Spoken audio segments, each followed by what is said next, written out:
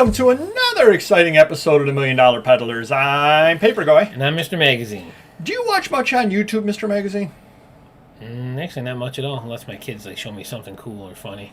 Did your kids happen to show you, there's this channel out there, it's actually a reselling channel, it's called the $1 Million Peddlers? Oh, it is, really? Did they show you the one with the before and after of the hoarder's house of Paperboy?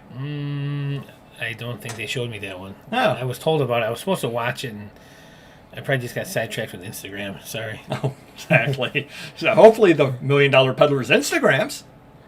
Is it on there? And we're on there. Oh, well, that I know. The reason I bring this up is because one of the problems that I had and I've begun to take care of in the video was I stack my boxes for Amazon. They're all books, 4 high.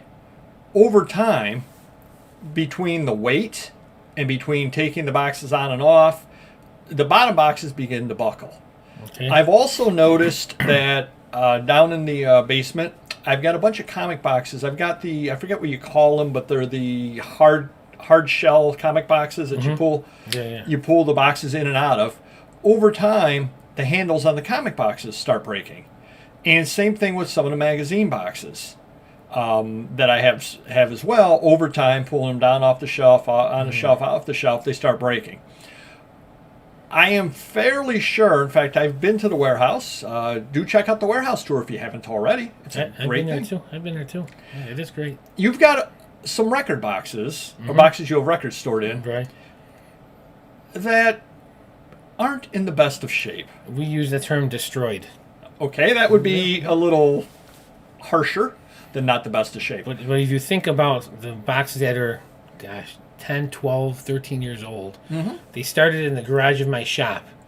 Then, now these are record boxes and banker boxes. Bankers, yep. You know, at the time they were $1. Now they're like $1.50, $2. So then they went to warehouse number 1 for a couple years.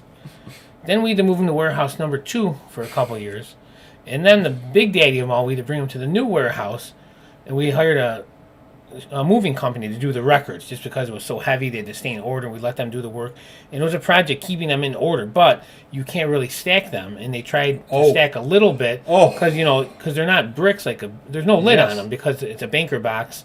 And, I think record boxes are, what, $12, $10? So, I wasn't going to buy 5,000 of those. Anyways, so then they went to the warehouse. So if you think about all the pulling, all the moving, wear and tear, we're lucky they look like that. Some have been replaced over time, but again, it's not really worth paying a replacement at this point unless 1 at a time, 2 at a time, but not 500. And that was the question I was getting to is when do you replace and when is it worth replacing? Because what I've done is I am replacing the bottom box if they're buckling. Yeah. But basically, say I've got a pile with boxes 100 through 103, I guess it would be on it.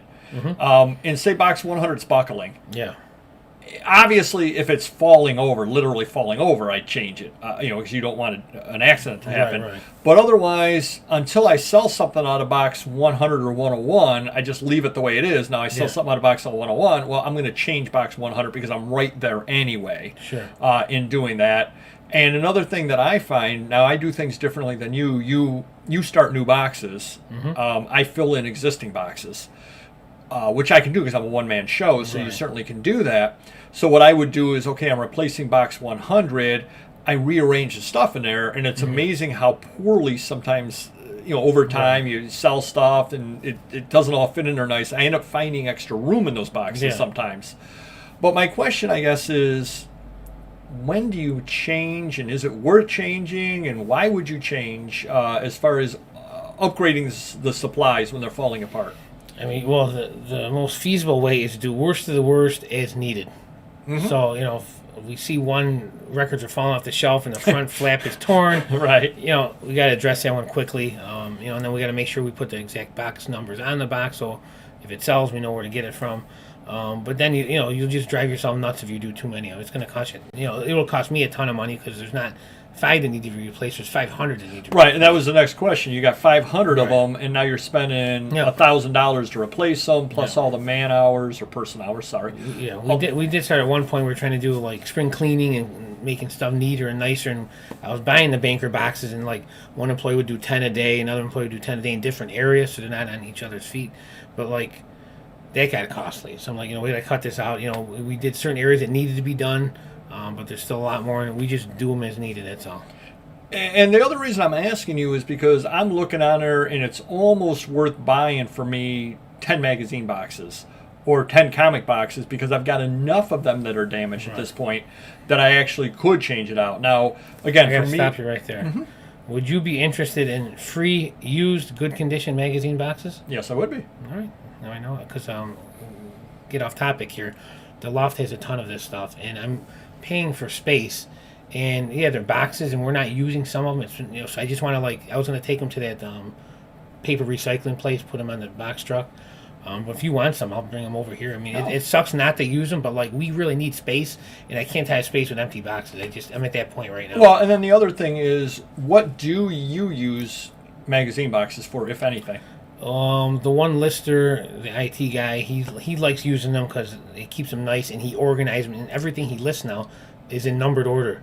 So if he lists a box of comics or a box of magazines, from front to back, it's got a sub number 1 through 80. Okay. So it's even quicker to pull it. Right. So he has his code, whatever the date code, his initials, and then it would be 1 through 80. So 62, is near the back of the box. And that's awesome. I mean, that does save time. He went through all the comics and started reorganizing the comics, putting them in long boxes, because the shelving we were using with the short boxes had a wasted space in the middle.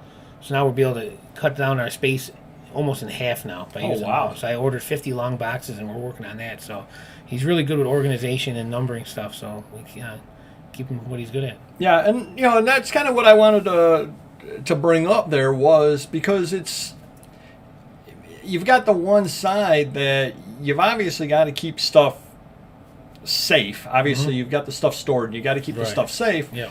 The other side of it comes in, how much money do you want to put into it? How much money do you want to spend on supplies? Because that gets expensive over a while, as you certainly know. How many, if you had to take a guess, how many bankers do you have? It's over 20,000 now.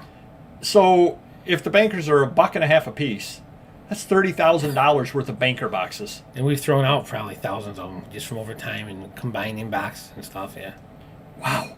Yeah, that's great. But think about if we use magazine or record boxes.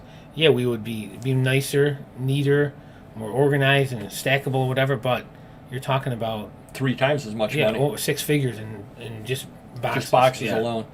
Yeah. So that's something other you've got to figure out for yourself. But it definitely does happen, because any number of times, the handles seem to be the first thing that goes, at least for me. No, definitely. I would say to you, if you're stacking stuff, you definitely can't have things buckling and falling over. You cannot have that.